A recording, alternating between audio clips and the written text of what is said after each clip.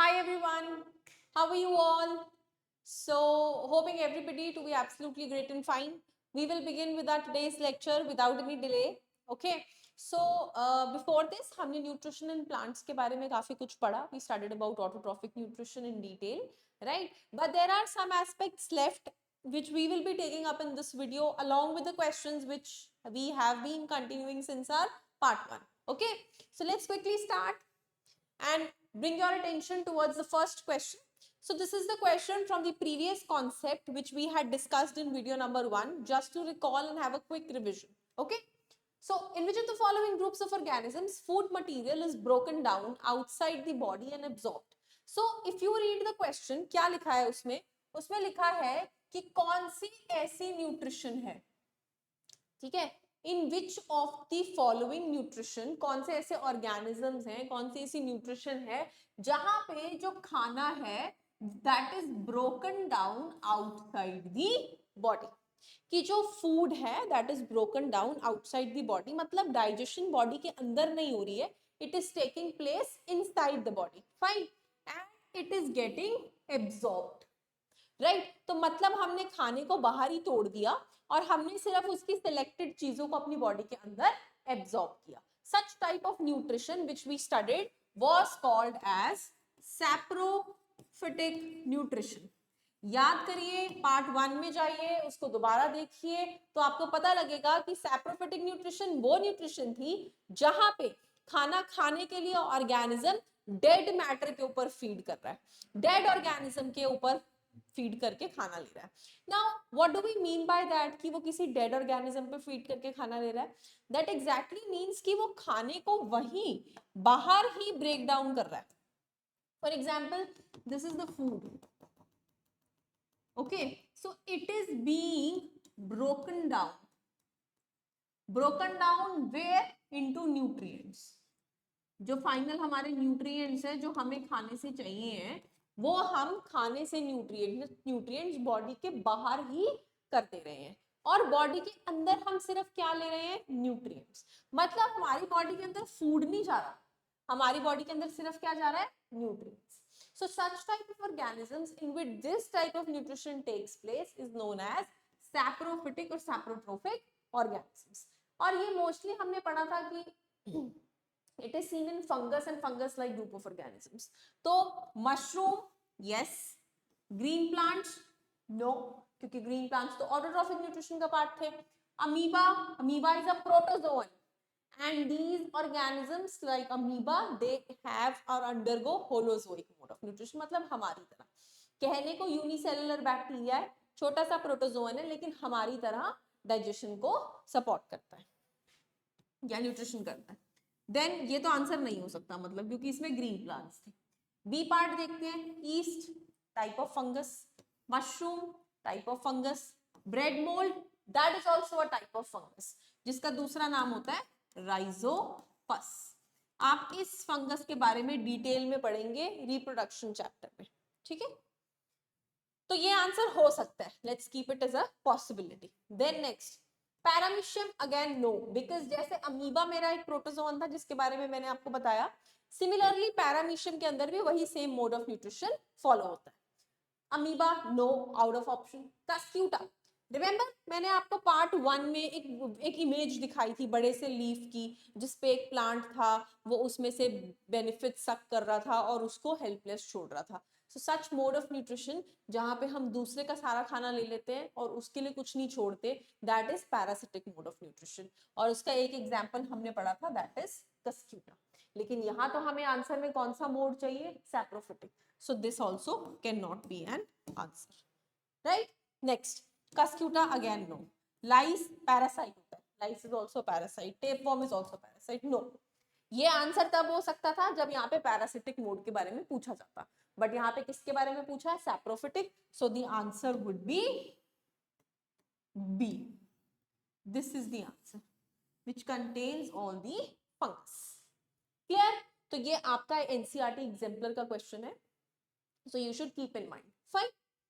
Any doubts related to this question? Please put your doubt in the comment box.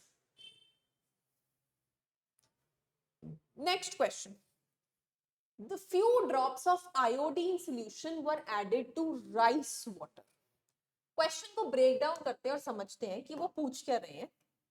वो कह रहे हैं few drops of iodine solution which is a type of chemical. थोड़ा सा flashback में जाओ तो आपको याद आएगा कि आपने आयोडीन के बारे में कहाँ पढ़ा था, और अगर नहीं याद आ रहा तो मैं याद करा देती हूँ. जब आपने क्लास 5th से क्लास 6th में जंप किया था तो पहला या दूसरा चैप्टर था कंपोनेंट्स ऑफ फूड, ठीक है, प्रिसाइजली सेकंड. उसमें टेस्ट फॉर कार्बोहाइड्रेट्स था. तो वहां पे आपने ये टेस्ट पढ़ा था कि जब भी किसी कार्बोहाइड्रेट के ऊपर, क्योंकि कार्बोहाइड्रेट के दो फॉर्म्स है, शुगर एंड स्टार्च, तो स्टार्च की एक स्पेशलिटी होती है कि जब भी हम आयोडीन सॉल्यूशन के साथ स्टार्च को कांटेक्ट में लाते हैं तो जो कलर है वो ब्लू ब्लैक टर्न हो जाता है. ठीक है, ये हमने छोटी क्लासेस में पढ़ा था. और अगर किसी को नहीं याद तो मैं अभी आपको सिखा रही हूँ कि स्टार्च की एक स्पेशलिटी होती है that whenever it undergoes iodine test. iodine test का क्या मतलब है? It is used to detect starch from a sample. कि मानो आपने एक खाने का सैंपल लिया है और आपको ये देखना है कि क्या उसके अंदर स्टार्च है या नहीं है. आप क्या करोगे, आयोडीन सोल्यूशन लेके आओगे, उसकी 2 बूंदे उसके अंदर डाल के देख लोगे. अगर सोल्यूशन ब्लू ब्लैक टर्न हो गया तो इसका मतलब उसके अंदर स्टार्च था. ये उसमें एक वो होता है सिग्निफिकेंट मार्क. ठीक है, सो आयोडीन सोल्यूशन जब आप ऐड करोगे तो solution will turn blue black. Peeled portion of potato turns blue black, indicate that it contains iodine and starch. कि उसके अंदर iodine and starch होता है. ठीक है, so what will be the answer? The solution turned blue black in color. वो कह रहे हैं कि solution blue black turn हो जाता है. ब्लू ब्लैक टर्न हो जाने का क्या मतलब है कि क्या उसके अंदर इनमें से कुछ है, इनमें से स्टार्च है. yes, correct. Okay, so this is the iodine test which we have to always know whenever we want to test the presence of starch in the food. Once we are done with this, we will switch on to the next question. This question is also from your previous topics only, which I had covered in part 1 and part 2. That is the internal or cellular energy reserve in autotrophs. That means autotrophs, which are our self making plants, ठीक है, जिन्हें हम autotrophs कहते थे, जो अपना खाना खुद बना रहे हैं, उनके अंदर अंदर बॉडी में एनर्जी का रिजर्व क्या है. मतलब जो भी एक्स्ट्रा एनर्जी है वो कहाँ स्टोर हो रही है, where it is getting stored, right, it is getting stored in the form of starch. अगर आपको इसका कॉन्टेक्स्ट नहीं पता है, you will have to go and watch part 1 और part 2 of the video. उसके अंदर मैंने मेंशन किया है that internal energy reserve, पिछले ही वीडियो के पार्ट में है शायद पार्ट 2 में, कि जितना भी प्लांट्स के अंदर फालतू खाना बचता है, ठीक है, फोटोसिंथेसिस किया, काफी सारा खाना बना, most of the food is वो यूज हो गया एनर्जी बनाने में and it is used up, but some of the food is left and it is stored as an energy reserve, कि जब हमें एनर्जी की जरूरत पड़ेगी तब उसे यूज करेंगे. So such type of food is starch. Okay, तो इंटरनल एनर्जी रिजर्व कौन सा है प्लांट्स में? Starch. And if I tell you एक पॉइंट आगे का, मैं बाद में भी दोबारा डिस्कस करूंगी कि प्लांट्स के अलावा एनिमल्स में, एनिमल्स मतलब स्पेसिफिकली हम ह्यूमंस में भी कुछ एनर्जी रिजर्व होता है. हम भी खाना खाते हैं, आधी एनर्जी यूज हो जाती है, आधी एनर्जी हमारी बॉडी में स्टोर हो जाती है. उस वो कौन सा फॉर्म होता है? That is not starch, that form is glycogen. ठीक है, तो प्लांट्स में कैसे स्टोर होता है extra energy? In the form of starch. और एनिमल्स में कैसे स्टोर होता है? In the form of glycogen.